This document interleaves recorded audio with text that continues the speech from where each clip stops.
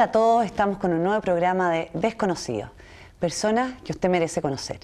Hoy día tenemos una gran invitada, un lujo tenerla aquí. Ella se llama Paulina Taboada, académica de la Universidad Católica, doctorada en filosofía. Ella es médico y estoy de verdad muy feliz, Paulina, de que hayas podido venir. De verdad, para mí es un lujo. La conozco hace muchos años.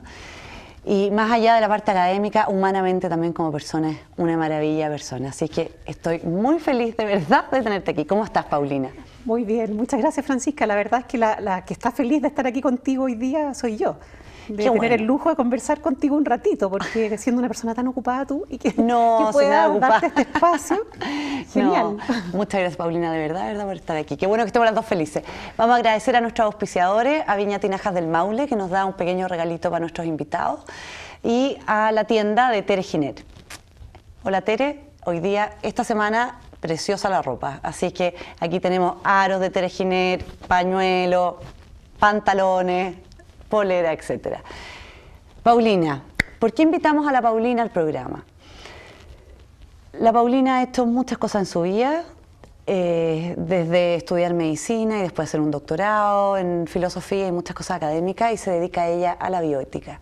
Y hoy en día la bioética está dando mucho que hablar, tanto por el tema del aborto o por el tema de la eutanasia. La Paulina ha escrito cosas preciosas sobre la limitación del esfuerzo terapéutico al final de la vida y sobre eutanasia, así es que vamos a aprovechar de conversar un poco con ella, no solamente de lo que ha sido la vida de ella, sino que también de las cosas que ha hecho ella en el tema de la bioética. Para empezar, Paulina, a ver, ¿de dónde nace esta cosa de la bioética? Porque tú estudiaste medicina. ¿Cómo te transformas en una filósofa? Porque después hacemos un doctorado de filosofía. Eso es una de las locuras que he hecho en mi vida. No me preguntes cómo, porque nunca lo hubiera sospechado que iba a llegar a hacer eso, un doctorado en filosofía. Como alguien que se mete en el área más científica, yo pensaba que la filosofía era inútil y que era para la gente que le gustaba como volarse pensando cosas extrañas, pero nunca pensé que yo iba a llegar a estudiar filosofía. Eso no estaba en mis planes para nada. Y fue la vida la que me fue llevando a eso, y fue justamente la vida como médico la que me hizo buscar más respuestas a preguntas que tenía, que se me fueron planteando, y yo diría sobre todo la pregunta por el sufrimiento, por el sentido del sufrimiento, por cómo ayudar a los que sufren. Eso fue algo que me marcó y que yo creo que estaba desde mi juventud. Yo me acuerdo como adolescente haber empezado a plantearme eso, o sea, ¿qué sentido tiene? ¿Por qué nos toca sufrir en la vida? ¿Qué puedo hacer yo por los que sufren? ¿Cómo puedo colaborar? Probablemente eso me ayudó a estudiar medicina también. Sí, tiene que ver con eso. Tú me decías que había un caso puntual que te había generado algo como un clic. Sí. Bueno, yo como estudiante de medicina me enamoré de la cardiología. Me encantó la cardiología. En tercer año, que ya tuvimos cardiología, fui ayudante alumna durante toda mi carrera y mi plan era ser cardiólogo. Y entonces para eso yo sabía que tenía que hacer la formación previa, que es medicina interna, y mientras estaba haciendo mi especialización en medicina interna, con miras a ser cardióloga, según yo, que después voy a contarte que eso no se concretó y por qué, tuve un caso mientras estaba pasando por la UCI. Uno en medicina interna tiene que pasar por todas las especialidades médicas, por cardiología, respiratorio, nefrología, gastroenterología, por cuidados intensivos también. Y pasando por cuidados intensivos me acuerdo que tuve una paciente que esa es la que yo digo que me marcó el rumbo en esto de las preguntas de la bioética, que era una paciente joven, de 40 años, que tenía un lupus, que es una enfermedad autoinmune que puede ser leve, pero que puede ser gravísima. Y en el caso de ella era gravísima, tenía compromisos de todos los sistemas. O sea, tenía compromiso encefálico, estaba convulsionando, tenía compromiso cardíaco, tenía compromiso respiratorio, tenía una infección, porque el sistema inmune está funcionando mal, entonces una infección grave. Los riñones también estaban comprometidos, entonces estaba en diálisis. O sea, en resumen, estaba en ventilación mecánica, en diálisis, con nutrición artificial, con compromiso neurológico, convulsionando. La teníamos en la UCI y yo tenía que dejarle indicaciones y tenía que dejar 2 páginas de indicaciones todos los días. Y yo veía que día a día iba estando peor y que todo lo que estábamos haciendo en realidad no tenía mucho sentido, porque ya la intuición a uno le decía, esta mujer se está muriendo. Y eso es súper duro con una persona joven que tú sabes que tiene una familia, que tiene hijos. Entonces yo empecé a pensar, ¿qué sentido tiene hacer todo lo que estamos haciendo en términos de intervenciones médicas, de respirador, diálisis, nutrición, anticonvulsivantes, antibióticos de última generación? Con todo el gasto que hay detrás de esto también, porque esto, ya sea gasto para el Estado o gasto para la familia. Claro. Pero para alguien es el gasto de sostener esto. Exactamente. En este caso era un hospital público, así que era gasto para el Estado, pero independientemente de quién asume el gasto, no es tanto la pregunta económica, sino la pregunta por si es adecuado o no para ella seguir haciendo tantas cosas o si en realidad lo único que estamos haciendo es prolongar el sufrimiento. Claro. Entonces esa fue la pregunta que a mí se me planteó. Y claro, en esa época, no quiero decir mi edad, en esa época, no tengo ningún problema en decirlo en realidad, pero no se sabía mucho de la bioética todavía, no era parte de la formación de uno como médico, y yo empecé a preguntarme si podía dejar de hacer cosas. Pero me parecía que a lo mejor eso era eutanasia. Entonces pensé, a lo mejor estoy empezando a plantearme que hay casos en los que en realidad la eutanasia podría ser justificada. Y me surgió la inquietud, entonces dije, ¿a quién le puedo pedir ayuda para ver qué es lo que está moviendo esta duda que tengo, esta inquietud? Y contacté al comité de ética que en un hospital público, cuando todavía no había mucha formación en bioética, la verdad es que no era un comité de ética como los que tenemos hoy día, sino que era más bien gente que tenía esta inquietud, pero no mucha formación, y me dijeron, mira, nosotros sentimos que tendrías que seguir haciendo todo lo que están haciendo. Y yo les dije, bueno, pero si yo siento distinto, ¿qué argumento es el que más vale? O sea, esto de dejarse guiar por los sentimientos, a lo mejor no es el mejor orientador para la toma de decisiones. No, pero tienes que seguirlo haciendo porque si no nos podemos meter en problemas legales. Mucho miedo probablemente de suspender terapias, de quitar tratamientos, porque no vaya a ser que después digan que fuimos negligentes y que no se los dimos. Yo creo que va por ahí. Exactamente. Sí, que hasta el día de hoy muchas veces pasa. Claro. Que se confunden las cosas y que la gente cree que porque le están quitando un tratamiento desproporcionado, por ejemplo, que de verdad a ojos de todos no parece lógico tenerlo, siempre está la inquietud y el miedo, bueno, pero alguien quizás va a aparecer y va a decir, pero ¿cómo le quitaste el ventilador mecánico? ¿Cómo? Exacto. Sí. Entonces va a decir, no, tú le causaste la muerte porque no hiciste todo lo que podías hacer por ella. Y tú le quitaste además tratamientos que ya tenía puestos. Sí. Bueno, ¿cómo termina la historia? Estoy de más entretenida. ¿Cómo termina la historia? Bueno, la historia termina que como el comité me dijo eso, yo sentí que no podía, además como médico en formación, estaba haciendo mi especialización, no podía hacer algo diferente, así que seguimos, pero la paciente falleció, lo que se preveía que iba a suceder, me parece que en alrededor de una semana. Entonces ese caso a mí me dejó súper complicada, porque yo dije, a lo mejor le estamos prolongando la agonía, le causamos más sufrimiento, sabiendo que no era útil lo que estábamos haciendo. Entonces me dejó con la inquietud y empecé a preguntar, a leer, y fui a lo que en ese entonces era el germen del Centro de Bioética de la Católica, que hoy día existe ya hace muchos años. Y fui a pedir ayuda y a preguntar y a ir leer, y ahí me invitaron a estudiar un poco más en serio estas cosas, y eso significaba estudiar filosofía. Entonces yo me acuerdo que a la persona que me lo dijo, yo le dije, tú estás loco, o sea, yo con la filosofía no tengo nada que hacer. Yo quiero responderme una pregunta, digamos, no quiero meterme. Sí, no, me invitó a estudiar Aristóteles. Y en su casa se juntaban los sábados en la mañana un grupo de médicos y estudiaban Aristóteles. Y yo le dije, tú estás más loco, si yo no voy a entender nada de Aristóteles, o sea, eso me supera. Entonces me dijo, no, mira, ven, vas a ver que es súper entretenido.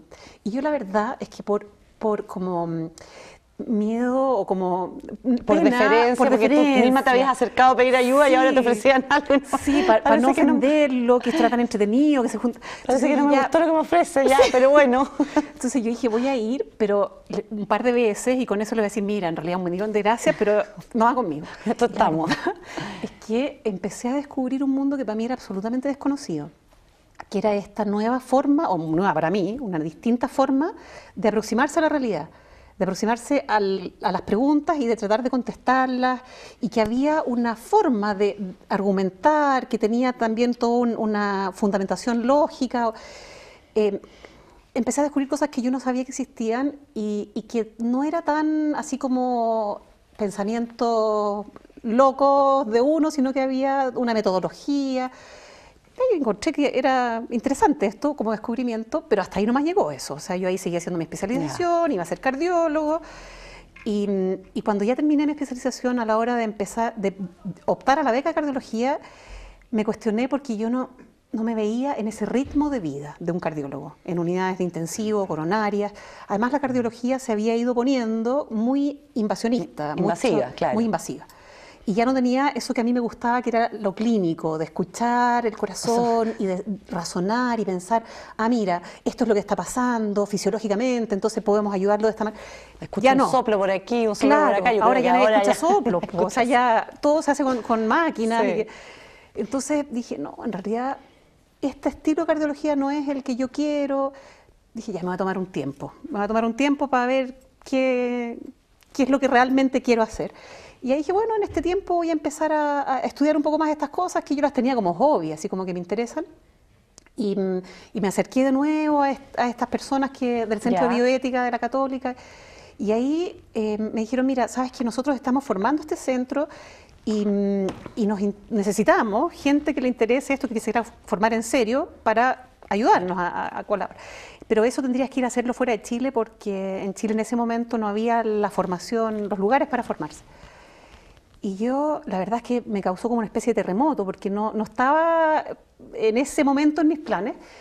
Y dije, en realidad, ¿por qué no? Y dije, bueno, si es que habría que ir a formarse fuera, a mí me gustaría ir a formarme en Liechtenstein con este señor, Joseph Seifert, porque lo había conocido en este periodo de inquietudes. Es un filósofo austríaco que vino a Chile a dar una serie de conferencias y que yo lo había ido a oír así en la hora de almuerzo, comiéndome un sándwich.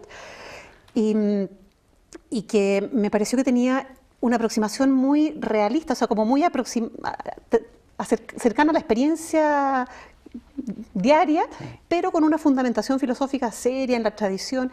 ¿Sigue vivo Joseph Seifert? Sigue vivo Joseph Seifert. Vamos a mandarle saludos, porque yo también le tengo mucho cariño.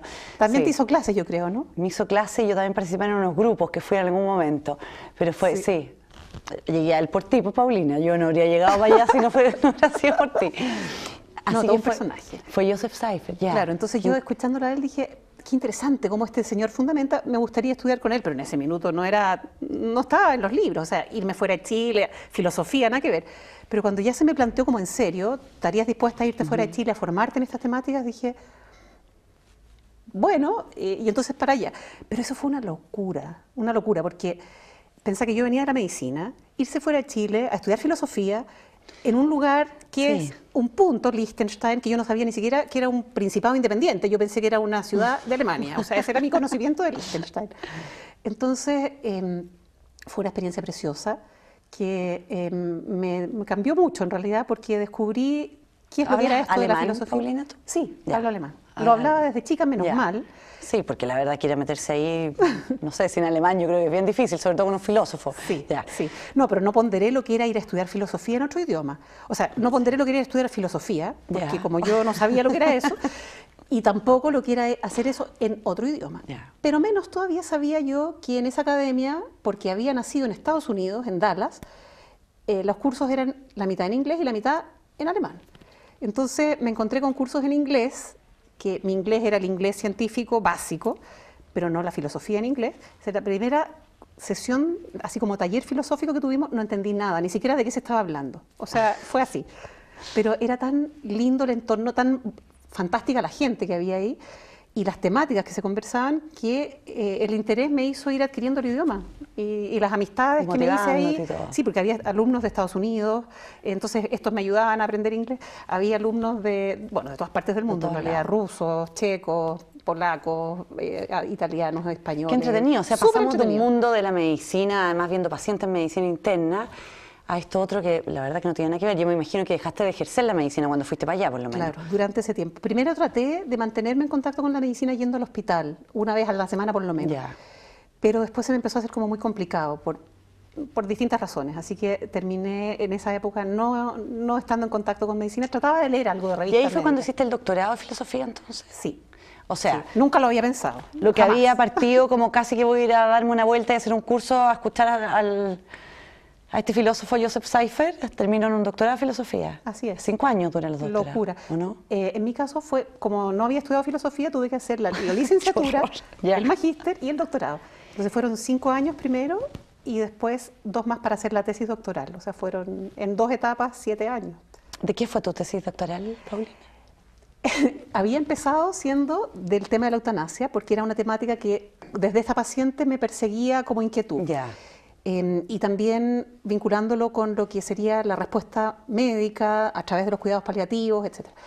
Pero, y esta es otra locura de la vida, que esas cosas imprevistas, esos regalos que te da la vida, mientras estaba haciendo mi tesis, el príncipe Nicolás de Liechtenstein llamó a la academia para preguntar si había alguien de los alumnos que se dedicara a la bioética, porque en el Parlamento Europeo en ese momento se estaba discutiendo el tema de la investigación con células estaminales, con células madre, y de la destrucción de embriones para hacer esa investigación.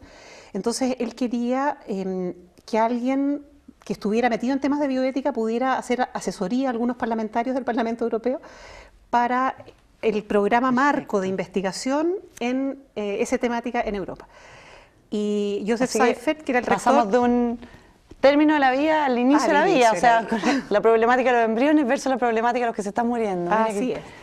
Así que terminaste en eso. Claro, me preguntó el rector si estaría dispuesta a ir a Bruselas, al Parlamento Europeo, a hacer asesoría en este parlamento. Era un parlamento, o sea, era una comisión temporal de bioética que se formó para analizar el programa marco ético en este tema. Entonces yo le dije, bueno, yo estoy ahora aquí con permiso de la universidad, tengo que preguntar a la universidad si es que me dan permiso para cambiar de tema, para demorarme más en mi doctorado. Y escribí a la universidad y me dijeron, mira, para nosotros es un honor que tú puedas ir a hacer una asesoría al Parlamento Europeo, así que ándate, te damos permiso. Y yo ya, pues partí, locuras de la vida. Y claro, ahí me tocó meterme en un mundo súper distinto, que es el mundo de la política, y de cómo se hacen estas asesorías o estas legislaciones.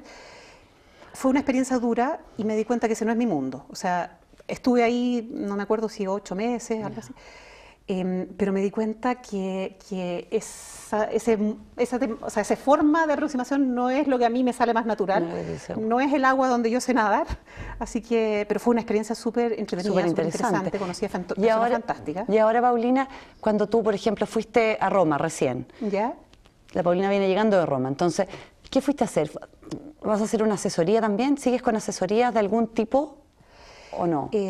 Lo de Roma también es otra sorpresa de la vida. Ah, otra más. No, otra más, no, si la vida está llena de sorpresas, yo digo mucha, siempre. mucha. Sí, muchas sorpresas. Eso fue después de que había terminado ya mi doctorado. Bueno, finalmente escribí la tesis doctoral sobre el tema de las células estaminales, porque ya me había metido tanto que no escribí eso. Cuando llegué de vuelta... Embrionarias, sí. Bueno, el debate, células estaminarias embrionarias versus adultas. Bueno, cuando volví de mi doctorado y me contrataron en la Universidad Católica, de repente me llega una carta diciéndome que vaya a la nunciatura. Yo dije, ¿qué hice? O sea, me van a retar, ¿qué puede pasar? Y me había llegado una carta desde el Vaticano que decía si es que aceptaría ser miembro de la Pontificia Academia para la Vida. ¿Tú eres católica, Paulina? Yo soy católica, sí. sí. Ya. Sí. Soy católica. Que le llegue la carta de la nunciatura a cualquier persona. Claro, no, pero soy católica, pero vengo de una familia ecuménica, porque mi padre es luterano, mi mamá era católica, mi mamá falleció. Entonces, una familia que es ecuménica, yo estudié en un colegio laico, o sea, tampoco es que fuera así como... Pero la verdad es que para mí el catolicismo siempre es una cosa que me ha marcado mucho, o sea, los valores cristianos, siempre como en esa línea, esa antropología, esa forma de concebir al hombre. Bueno, entonces me llega esta carta diciéndome si aceptaría y sorpresa, y bueno, un honor, o sea, en el fondo... Obvio, o sea, y entonces empecé a participar en esto, que es como el Centro de Bioética del Vaticano, que es un organismo de académicos que asesora al Vaticano en la temática de bioética. Hay personas de todas partes del mundo, somos como 120 miembros. ¿Qué hablan, Paulina, por ejemplo? Para que alguien que está viendo el programa diga, no, pero ¿qué está cuestión de la bioética? Que asesoran a gente de bioética, que no sé, ¿qué hablan de bioética de todo el mundo? ¿De qué se trata? Claro, ¿qué hablan, por ejemplo? ¿Qué temas? Para que las personas entiendan. Ya, bueno, hay un montón de temas de la bioética, por ejemplo, los que hemos estado mencionando, ¿no? El aborto, la eutanasia, hasta dónde llegar con tratamientos, si es que hay que seguir hasta todo lo que sea posible, o sea, todo lo que hay disponible, o si hay momentos en que uno puede decir, no, hasta aquí no más llegamos.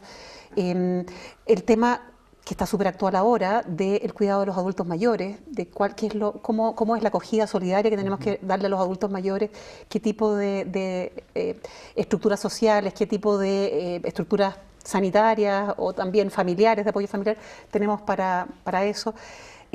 Trasplantes de órganos, investigación en seres humanos, en animales también. Exactamente. Sí. Protección del medio ambiente, ecología, todo eso son temáticas de la bioética. Súper amplio. Y estas 120 personas más o menos a nivel, son 120 personas del mundo, de distintos países. De distintos países asesoran al Vaticano en el tema de bioética. Sí. Esa es la idea. Sí, esa es la idea, que haya de los 5 continentes, yo soy una de ellas. Hay filósofos, hay teólogos, hay abogados, hay científicos, hay médicos, biólogos. ¿Hay alguien más de Chile? Sí, hay 4, somos en este momento 4 personas de Chile. Ya.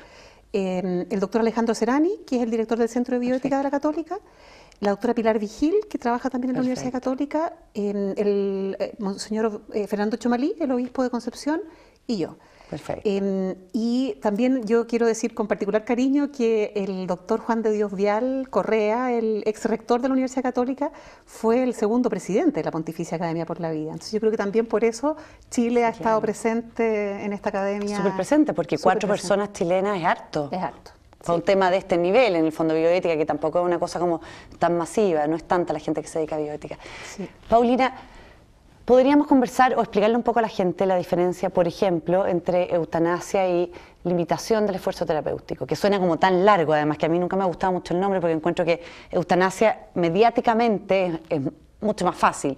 Eutanasia sí, no, etcétera. O hablar un poco de qué tipos de eutanasia hay, de omisión o eutanasia activa, como para contarle a las personas, introduciéndome y pensando en este caso que estamos viviendo en Chile, de Paula, que es esta niñita, ¿no es cierto?, que tiene unos 19 años, en el fondo es mayor de edad, ya no es un niño adolescente, y que está solicitando la eutanasia, o que la madre la ha solicitado, o la hermana, parece que no tengo tan claro si es ella misma, al parecer es ella más la madre y la hermana, ¿o no? Y que no tiene diagnóstico. Entonces partir, por ejemplo, para que las personas entiendan, porque a mí me parece que hay que sacarle el jugo a la Paulina Taboada acá, porque es una excelente académica y lo explica muy bien, la diferencia que hay entre las eutanasias que existen y entre lo que llamamos limitación del esfuerzo terapéutico, que tú también has mostrado y explicado con este ejemplo de que era lo que a ti te motivó.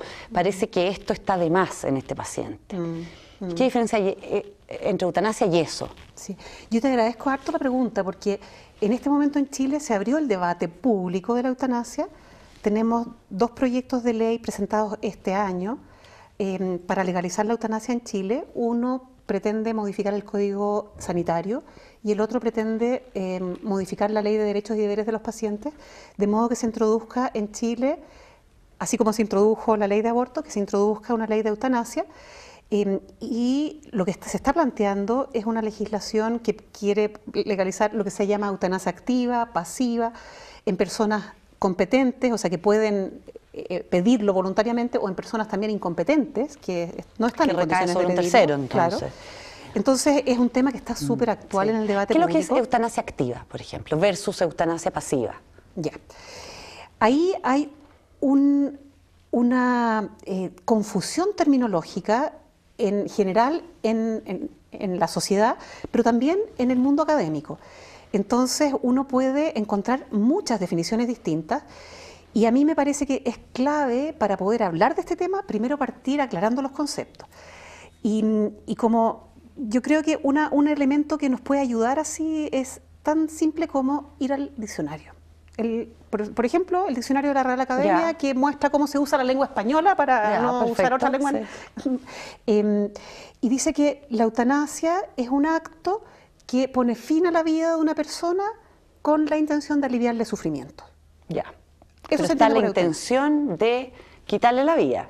Está la intención de quitarle la vida, de terminar con la vida, y está la intención de aliviar sufrimiento. Perfecto. Para que sea eutanasia tiene que haber esa intención de aliviar sufrimiento. Si no, no se podría llamar, digamos, eutanasia. O no sé, si es que yo voy y mato a alguien en la calle, eso no puede ser eutanasia, porque no va motivado por aliviar sufrimiento. Claro. Ya. Entonces estamos en el contexto de alguna persona que está sufriendo mucho. Ahora la pregunta es, ¿qué llamamos sufrimiento? ¿Y sufrimiento para quién? ¿Qué tipo de sufrimiento? Claro. ¿Solo físico, psicológico, espiritual? Hay algunos que piensan que todos juntos, hay algunos que piden que sea solo físico, otros que incluyen también lo psicológico, pensemos en una persona con depresión, por ejemplo.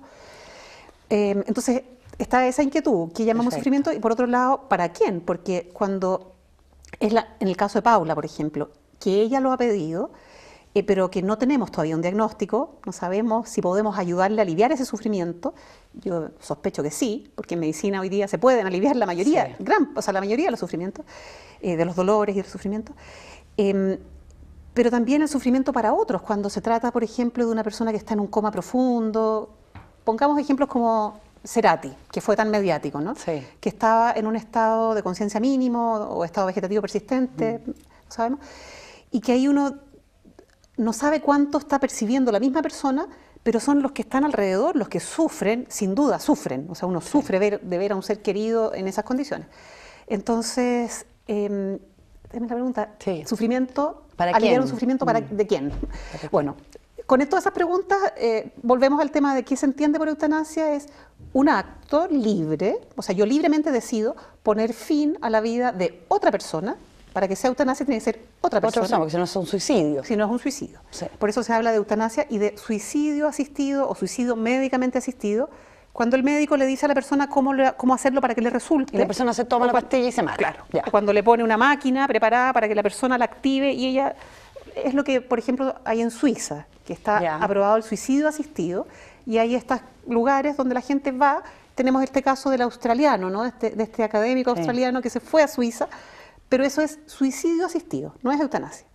Claro. Los medios habitualmente lo confunden. De la película, por ejemplo, esta típica película que hizo Javier Bardem, Maradén, parece, ¿no es cierto?, que está parapléjico y que él requiere de que alguien le asista para poder suicidarse. Exacto. El que se suicida él se suicida en el fondo porque él se toma el fármaco, pero en el estado en que está él necesita.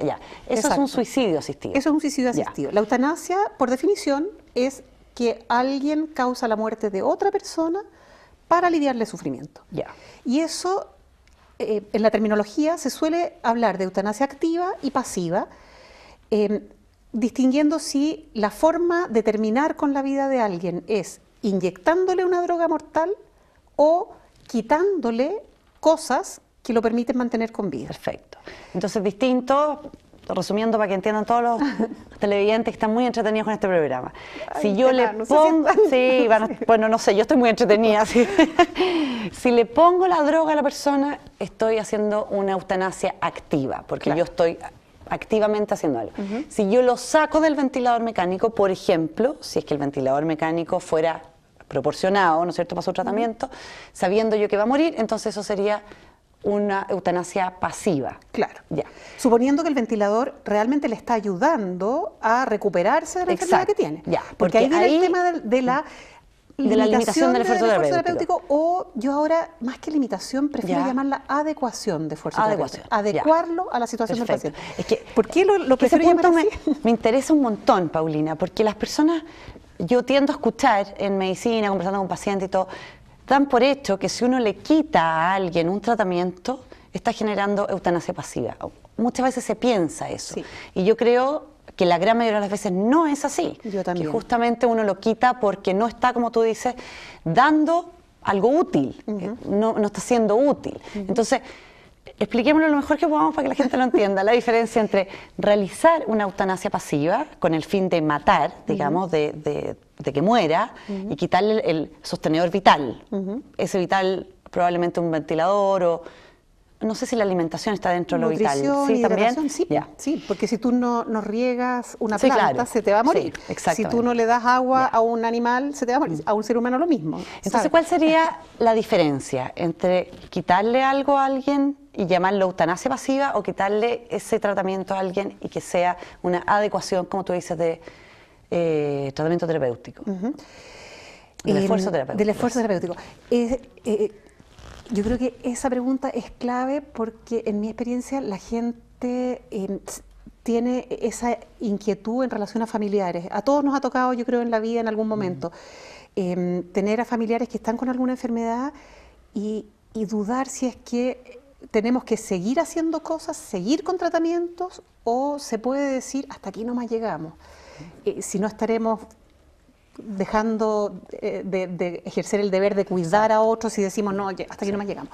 Entonces, yo creo que esa pregunta es súper clave para todo el mundo. En nuestro comité de ética del hospital, la mayoría de los casos que nos llegan a consultar son justamente por esa pregunta. 92% de los casos, esa pregunta. ¿Es lícito decir hasta aquí no más llegamos? Entonces, los criterios que permiten responder a eso, cuando es eutanasia y cuando es adecuar esfuerzo terapéutico a la situación clínica de alguien que ya está en una condición que no es reversible, son para mí dos. Uno es la intencionalidad.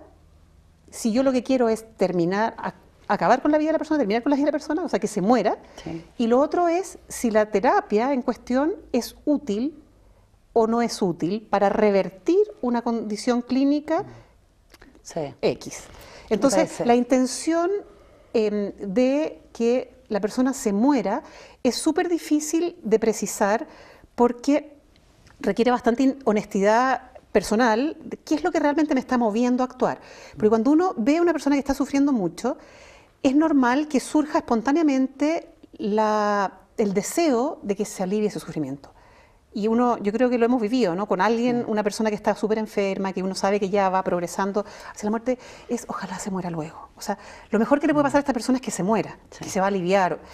La suegra de mi hermano falleció hace 4 días, estaba con un cáncer ya en etapa terminal, estaba sufriendo horrores y en el fondo uno lo que piensa es que le llegue su momento.